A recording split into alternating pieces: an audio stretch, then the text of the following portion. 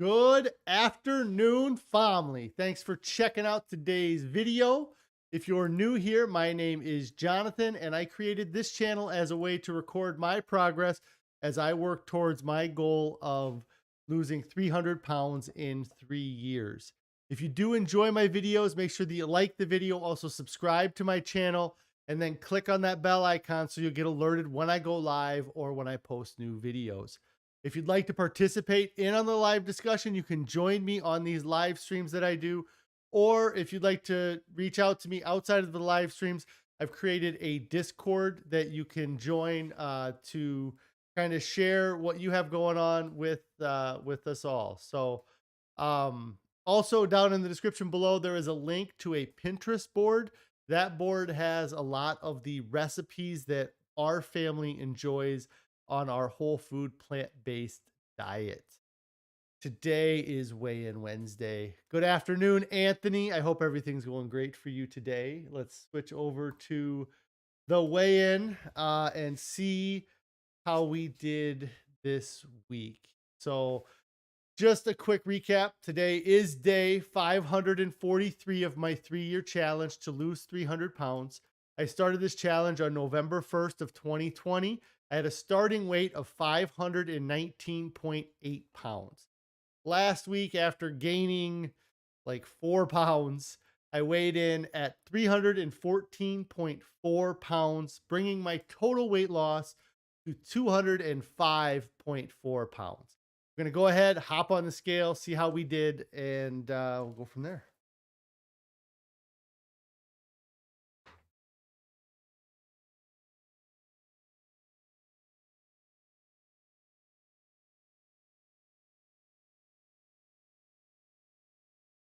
Wowzer. So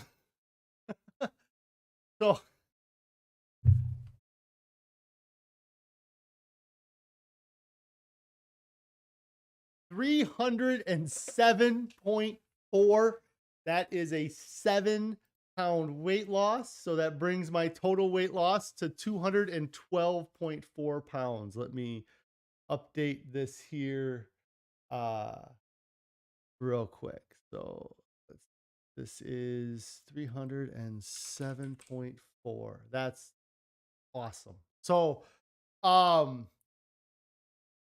yeah, 7 pounds. That's incredible. Let's see. Anthony says awesome. Carrie says killed it. Jackfruit says great. Congrats. What did I do? So yeah, I stuck to my diet the whole week.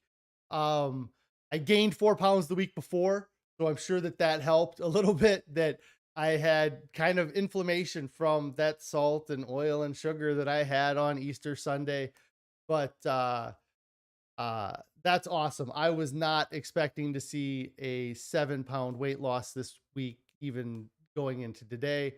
I had kind of half given up on getting down to 300 pounds by the time I turned 40, which is 8 days from now. So that was a pound a day. I stuck to the whole food, plant-based, salt, oil, sugar-free diet. I did cut out the Ezekiel bread and the nut butter. I don't think I might have had it maybe the Thursday or Friday before or after last week's weigh-in, but I haven't had any for like 5 days. So that kind of forced me that if I did go to the pantry for a snack, instead of grabbing the peanut butter, I grabbed the banana or an apple or an orange or something like that. So that, made a difference. I also did kind of cut down on the eating as much. I didn't eat breakfast kind of the last 3 days. I don't think I had breakfast. I just kind of had normal dinner and tried not to go too crazy. I still had 2 servings of most dinners last night. I had a couple potatoes with some sour cream sauce that Carrie made. And then there was a soup that we had a lot of leftovers yesterday.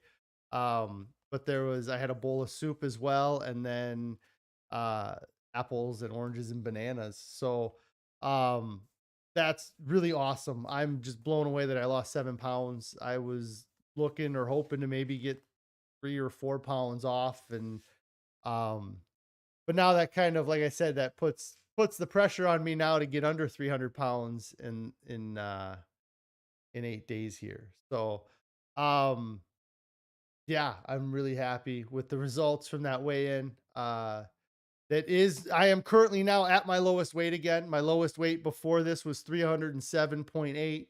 So I'm point 0.4 pound down from that. And that was kind of the beginning of this month. I've really just not, I've lost a little bit of weight now.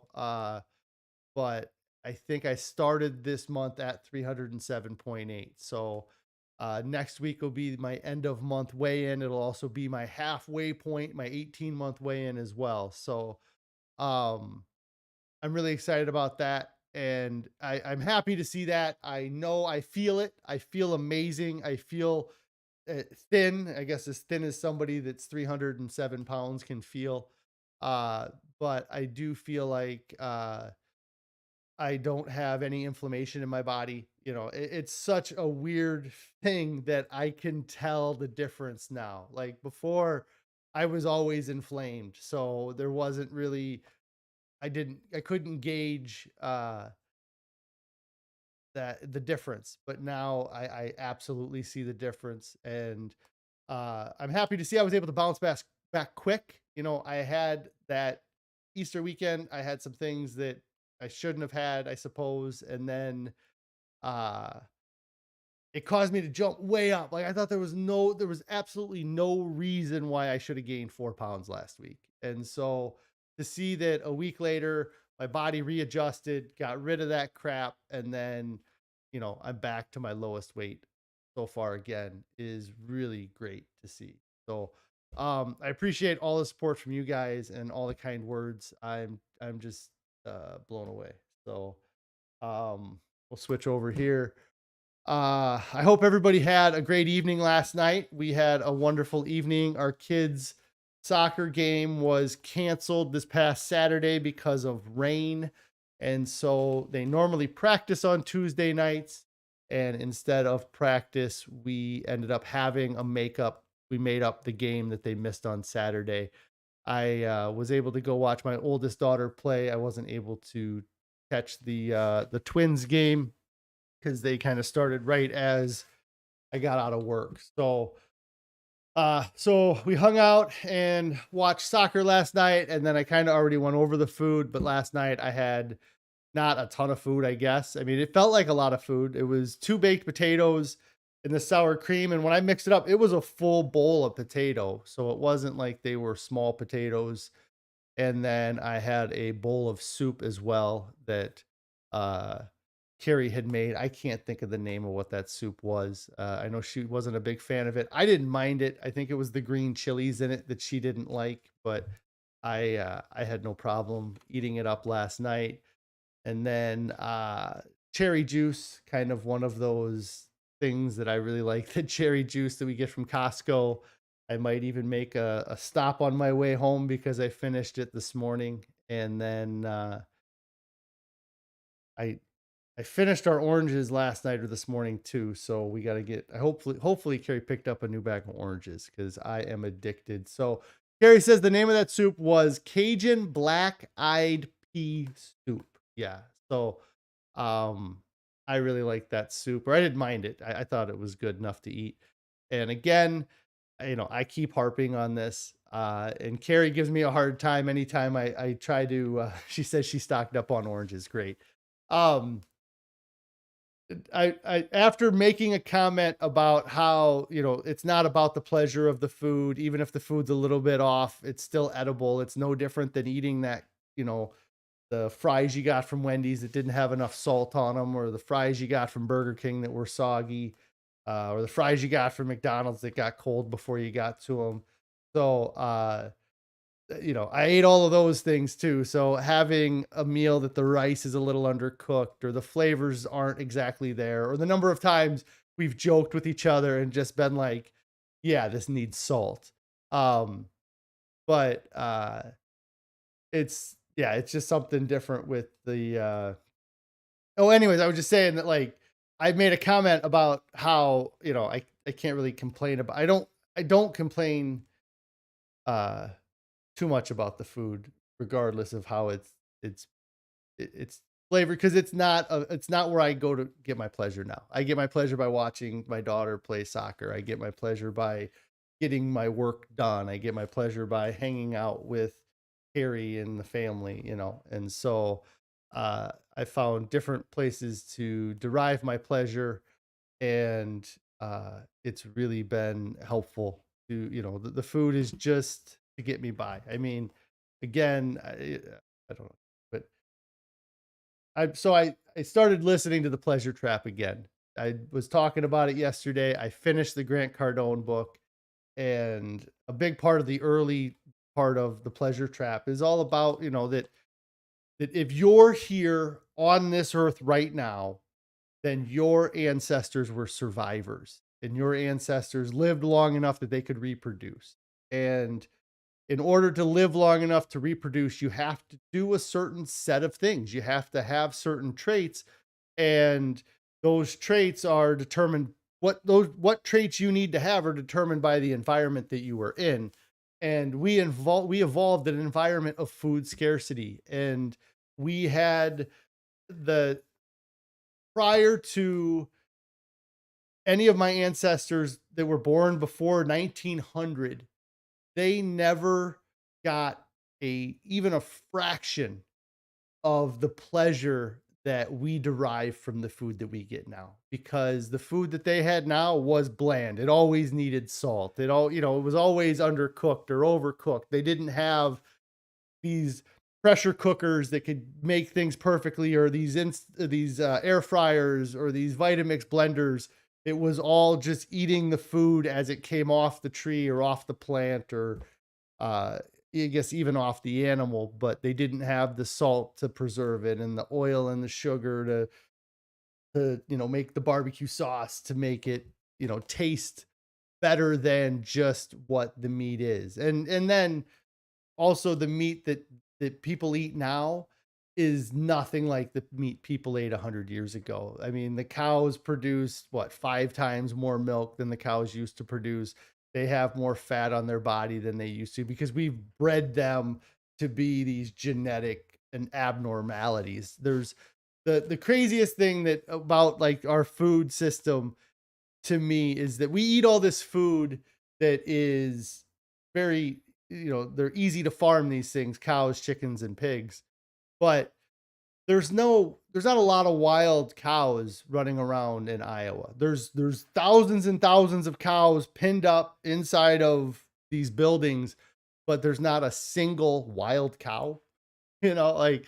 And uh and the same with chickens. I've never seen a wild chicken. I see wild turkeys. We have wild turkeys, you know. I see wild deer, but I don't see wild chickens. You know, my neighbors, there, I guess one of our neighbors, I drove by their house the other day, and the chickens were running around their yard, but they were back in the pen the next time I drove by. So, um, it's we're just so far removed from what our ancestors had to eat. And even though we're so far removed from that, you know, it takes time for humans to evolve.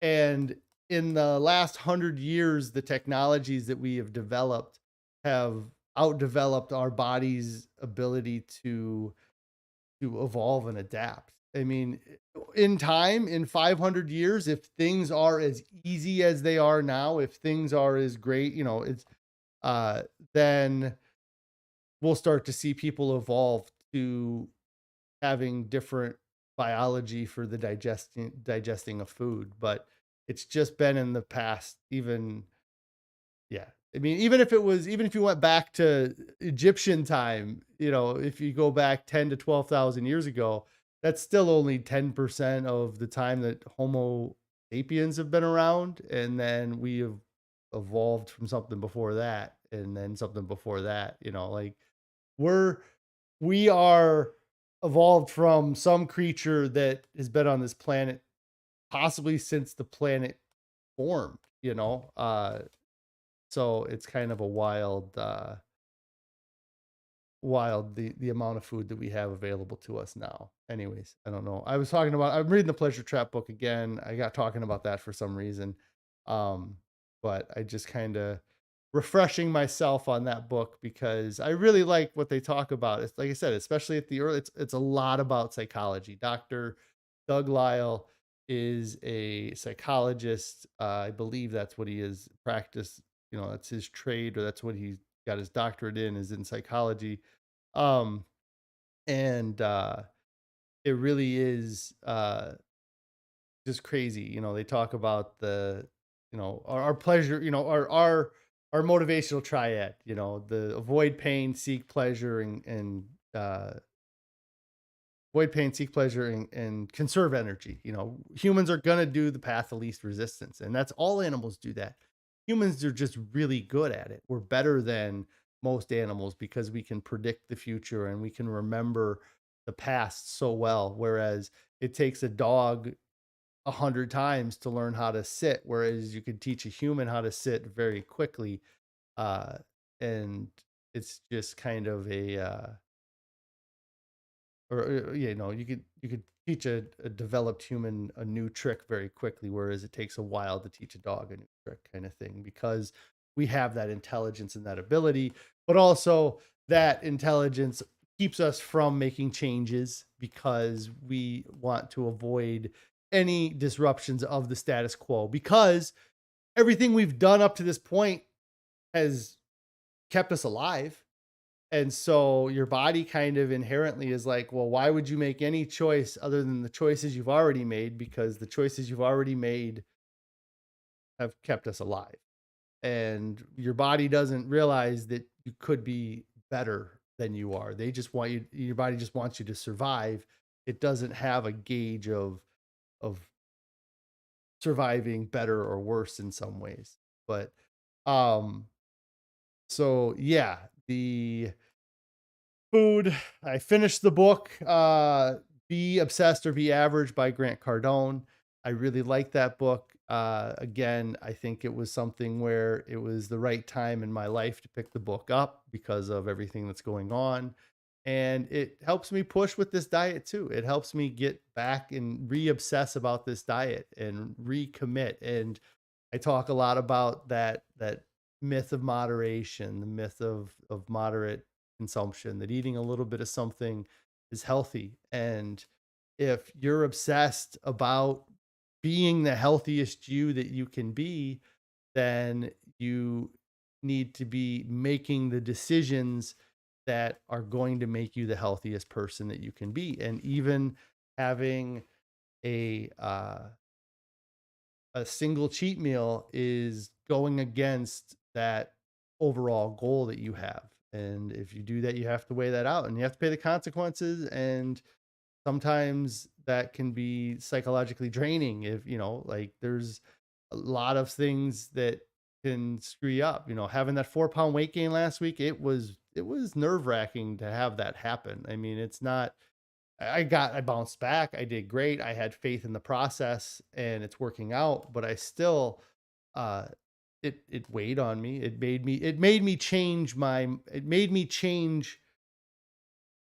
actions though too. I cut out the nut butter. I haven't been being overly snacky. I've adjusted my eating windows. I haven't eaten anything since last night. I don't feel hungry today like yesterday and the day before at this time starting the stream. I could feel hunger up in my stomach and I could kind of felt like I needed to eat.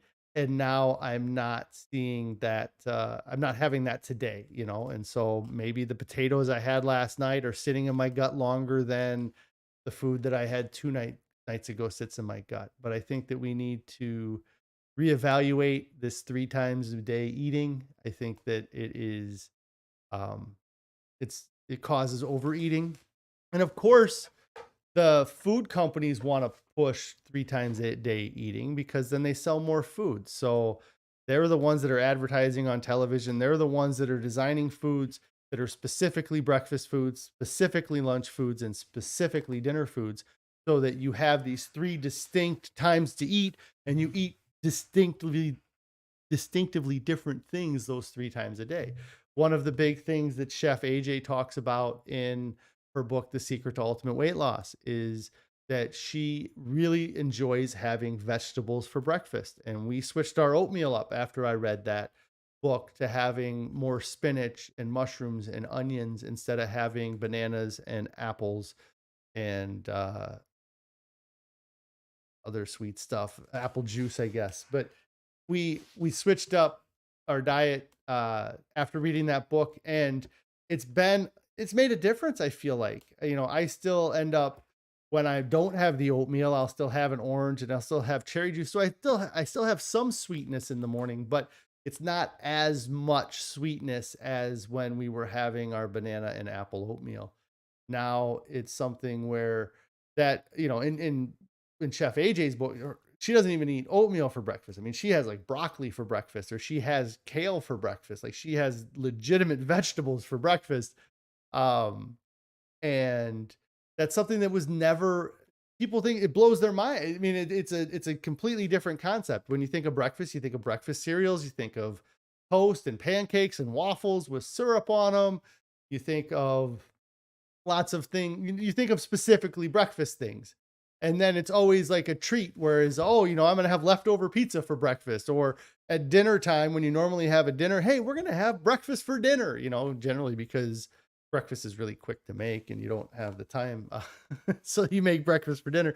But it's always seems to be a special treat to have breakfast for dinner, where uh, and that's what the food manufacturers want you to believe. They want you to think that, it's important to have 3 meals a day, because if you realize that you only needed 1 meal a day or 2 meals a day, then they'd be getting potentially a third less food out of you.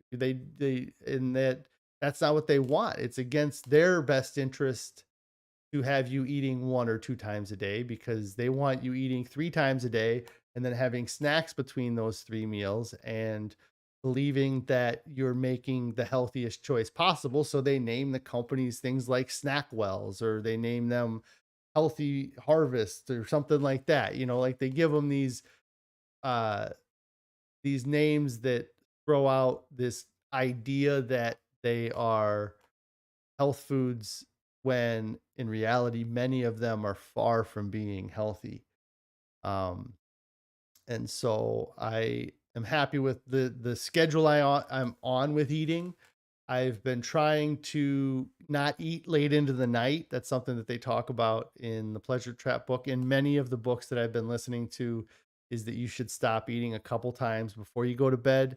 And I have a really hard time with that. I would say that I have failed almost every day uh, on the stopping to eating, 2 hours before bed, until this past week, where I kind of was like, I had dinner. I'm good. I don't need to eat before, and I'll survive. I'll make it to the morning, And that's another thing, guys, is if you're overweight, you're gonna survive. You're never, unless you're an emaciated person that's underweight and needs to gain weight, which I doubt you're watching my channel. And if that's your case, but if you're overweight, even if you're 10 pounds overweight, 10 pounds overweight is 35,000 calories. If your daily metabolic energy spent in a day is 2,500 calories, then you would have like 14, 15 days worth of calories stored on your body that you could survive. So if you have to go an extra hour, or if you decide to, like I said, that you don't, you know, you're building that hour in the front end when you don't eat at night, when because if you get up and eat breakfast in the morning. But um the you'll survive. You can survive an extra hour, you can survive an extra 2 hours of not eating. And that's a big thing when you have, especially when you start feeling those cravings and you are feeling that hunger. You have to realize that our bodies are physiologically adapted to be able to switch over to burning fat. And that's really, the whole keto diet is based off of our body's ability to burn fat. And that it's just trying to cheat the system. It's trying to mimic fasting. It's a fasting mimicking diet. And uh it doesn't do a great job of it, because you think that you are doing something great, but uh, you're not helping yourself when you eat that kind of diet, for the most part. Anyways, um, in the long run, I guess. And for me, a big part of this too is when I started this channel, I was like, I'm going to fast my way down to 220 pounds. I'm going to do a fast. I'll eat a diet for a little bit and then I'll hop back on a fast and fast for another 30 days or 20 days. And I'll come off and eat my diet again or change diets and then get back on a fast. And that's not really the way it's played out for me. I really have found that it's it's a great tool. Fasting is a great reset, and it has been one of the best decisions I ever made was to start this channel and do that 30-day fast that turned into a 42-day fast. But the thing that really is the star of the show is the diet. And I've known for years that it's the food, it's been something that I just I felt like I could do that myth of moderate consumption as long as I only have a little bit of that food. And that worked when I was taking phentermine. I mean, I was was losing weight, but it wasn't sustainable. Once I stopped taking the phentermine, I had nowhere. I had nothing. I didn't have that chemical in my body blocking those receptors saying that I'm hungry anymore. So, um, it, you can try to cheat it and you can get quick results by cheating it, but in the long run, it doesn't pay out. And so far, I'm extremely happy with how things are going on this diet, especially after having 7 pounds lost this week. It really just shows that I I just needed to get those toxins back out of my system and keep going on. Now the big challenge is going to be to try to lose 7.4 pounds in the next 8 days. So we'll see how we do on that. But I am gonna head out of here today, guys. I really appreciate you checking out my live stream or checking out my video after the live stream. I hope everybody is having a great day. If you haven't subscribed to my channel, get subscribed to the channel, click on that bell icon, like this video, help the algorithm out, comment below, all those fun things. If you haven't started your diet yet, get started right now. There's no reason to wait. Get started right now. Nobody that has succeeded looks back and regrets getting started. Everybody, Harry says, new recipe tonight. Hurry home. I'm excited. I hope. We'll see. I'll let you know tomorrow.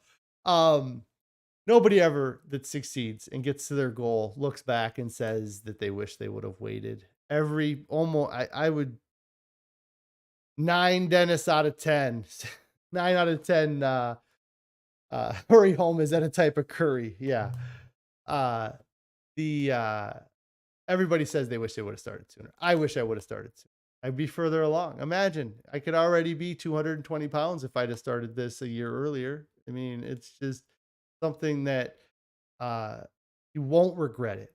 So just get started right now. Don't fall for the myths of moderation, the myth of moderate change, the idea that you can slowly start adding in health foods to your diet and then eventually you'll become addicted to these health foods and you'll start enjoying them enough that you'll cut out these other things is just completely false. Many times people who try to change things slowly, they make a change, they're not happy with that change, and so they quit when they didn't really even give the diet an actual chance. They just cut out, something, one thing, or they added one new thing to their diet, but they didn't get rid of the other things, or they didn't get rid of the things that were really causing them the harm in the first place. So don't fall for the myth of moderate change. Don't fall for the myth of moderate consumption. I talked about it already, but the idea that a little bit of something is okay, it's not okay. It's if your goal is to lose weight, then you shouldn't be thinking about having a balanced diet. A balanced diet would mean that you have an equal amount of crappy food and an equal amount of good food, right? Well, that's not going to get you the success. You should have a lot of good food and no crappy food so that the scale is very heavily pitched towards the healthy side if you want to be healthy.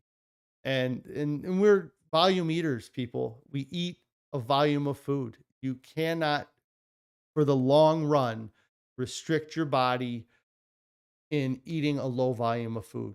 It sounds great. I'm only going to eat half a bowl of macaroni and cheese. I'm only going to eat half of that portion of this food that I normally eat 2 plates full. I'm only going to eat a plate full of it.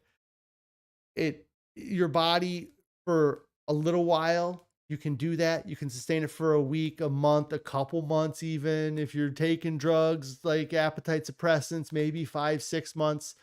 But in the long run, your body says, dude, you're screwing us up here. We need the food. We need the volume. You need to eat volume because of evolution. Our ancestors had to eat everything that they could even possibly get their hands on, and we're surrounded by food. So it's called lentil pumpkin seed pie we're having, and corn on the cob. I got to tell you, there's no corn, Carrie. I don't know where you're getting corn on the cob. I live in Iowa, and the only corn on the cob I saw was walking to my girls' soccer game yesterday next to a cornfield. There was a bunch of cobs that had all the seeds eaten off of them. So we'll see how fresh that corn on the cob is. I'm kind of a snob when it comes to that because I've lived in Iowa my whole life. And if you don't know anything about Iowa in the United States, we are known for our corn. So Mexican corn on the cob. Mexican corn on the cob, possibly, yes. It was in the grocery store. Yes, probably. Yeah. All right. So I'm going to get out of here, guys. I appreciate you following along. I'm so happy I lost 7 pounds. I'm going to try not to use that joy as an excuse to overeat tonight, but I'm pretty happy with that. So you guys have a great evening. I will see you all tomorrow.